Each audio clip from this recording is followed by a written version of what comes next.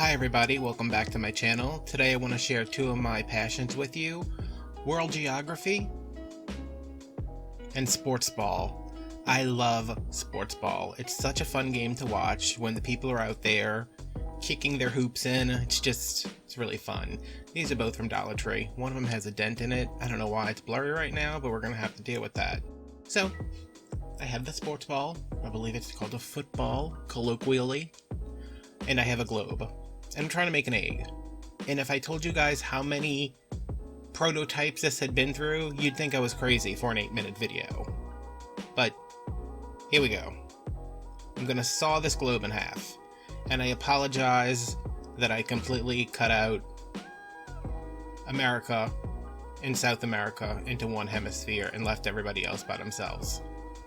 Wait, does the hemisphere go around the middle like the equator? Oh my god, am I not into world geography like I thought I was? Oh, well, I'm into eggs, so. Cut the globe in half. It's real squishy inside. Not like an actual squishy if your kids are into those, just like foamy in the inside. The football is a little bit firmer, but I think that's because of the outside that it has on it. You know, it has like a thicker skin. But yeah, cut those in half with just a little serrated knife. They almost fit together perfectly, which I was not expecting. I thought I was going to have to like do all this cutting and figuring it out, but once I cut them in half and they were both pretty much the same size, I was like, that's good. So one football, one globe, you can get 2 eggs. And I'm going to cut off these laces right here just because they're raised up a little bit. I don't think it would matter, but depending on how you end up finishing these, it might show through. So now I am taking my glue gun, just putting down some glue because I want to hold these two together. This is not enough glue to hold them together. It's not enough to like do much of anything besides keep them together for a little bit because the tape is doing most of the work. So don't go overboard on the glue. And the tape is serving 2 functions. It's going to hold these together better, and I am pulling it tight so that it's squishing the football a little bit, because the football is just the tiniest bit bigger than the globe. And you could go through and shave off, it's probably like 1/8 of an inch you'd have to shave off, and I was like, nah, I mean, it's like a pretty good deal that I got through this without cutting one of my fingers off to begin with, so I'm not gonna go through and you know, chance it. So just pull it a little bit tighter. These I'm adhering to the football and kind of tugging down onto the globe, and I use a lot of masking tape for everything. I always use the one from the Dollar Tree because I never use it to actually, I mean, what is masking tape for?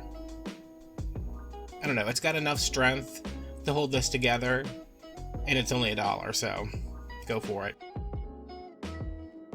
And now I'm taping up where the laces were because there's a little bit of texture right there.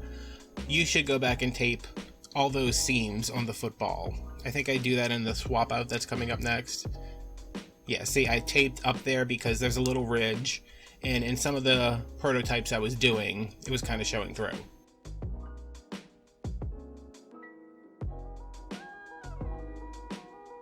So this is about the 8th one that I did, but this one's done with felt. And, it's good. I like the felt because it stretches. If it's too big or too small, you can kind of pull it into shape.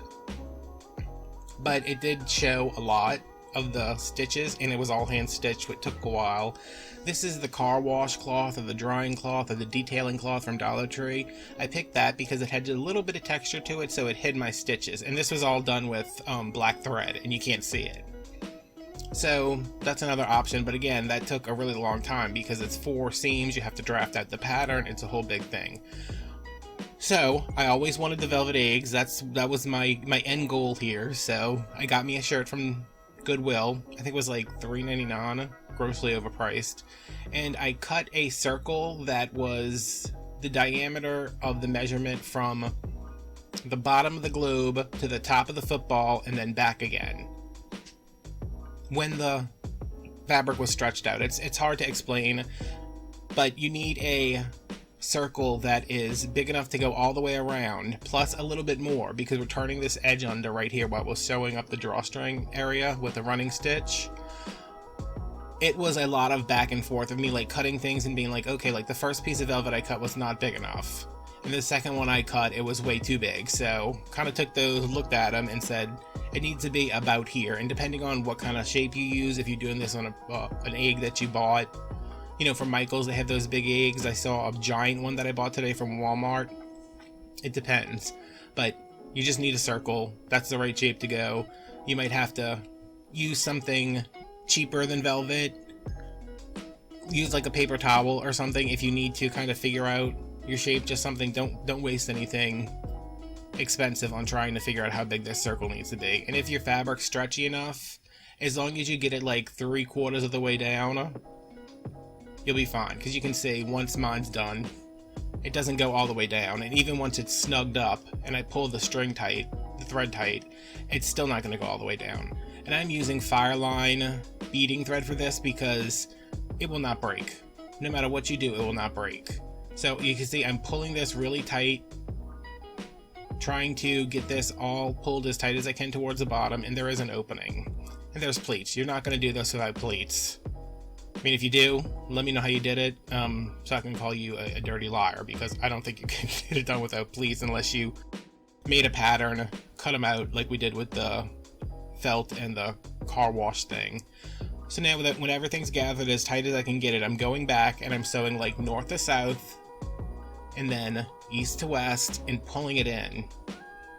And as I make that loop, I'm going through it like twice, and then I'm really pulling it. Like, you'll see me go out of frame because I'm holding it to my chest while I'm pulling it as hard as I can. And make sure you always go through that loop twice, because that's what's going to lock it in. If you've never used this Fireline beading thread and you want to do something where you know you're going to have to pull something really tight, it's great. I've never had it break on me. The only time it's ever come out is when it's ripped the fabric. So, I mean, it's very strong, it's easy to work with, and it's got grip on it, so when you tie a knot, it stays. Like, you're not going to untie a knot from this. So I'm just going back and forth as much as I need to kind of pull everything together to close that up. And I could have done this a lot nicer and neater, because you can see the thread on the bottom. My camera was like on its last leg, like, hi, I need battery power, and I was like, I can't wait for you to get recharged, so we're gonna have to like do what we can to get this done, because I was not feeling good. I did not want to wait several hours for the battery to charge again, so do better. But it really does, once it's done, you're not going to see it, and this is going in a wreath for me anyway, so you're not going to see it at all. The little bit that's showing,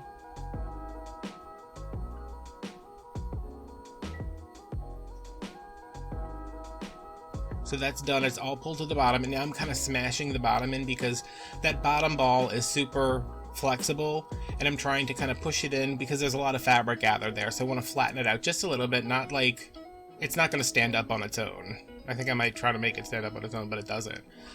So I'm just moving everything around, making sure all my pleats are even, and really just kind of pushing into the bottom of it, pushing it on the table.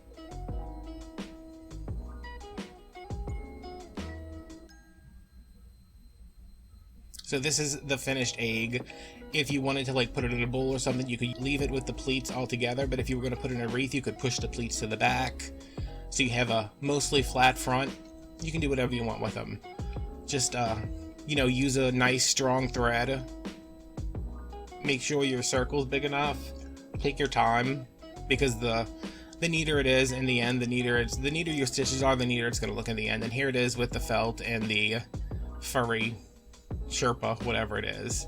I hope you guys enjoyed this. I'm going to leave you with some pictures that I took outside. I'm including my hand in the shot just so you can see the scale, because these make a nice size egg for only $1. I was looking at Walmart, and one that was maybe a little bit bigger than this, the cheapest I found them were like $2.50, and the one I bought today was, I think it was like $4 something. It was huge though. I mean, it's huge. So let me know what you guys think. Comment, like, subscribe, turn on notifications, follow me on Instagram, and I will see you guys on Friday with something else. Thanks for watching. Bye-bye.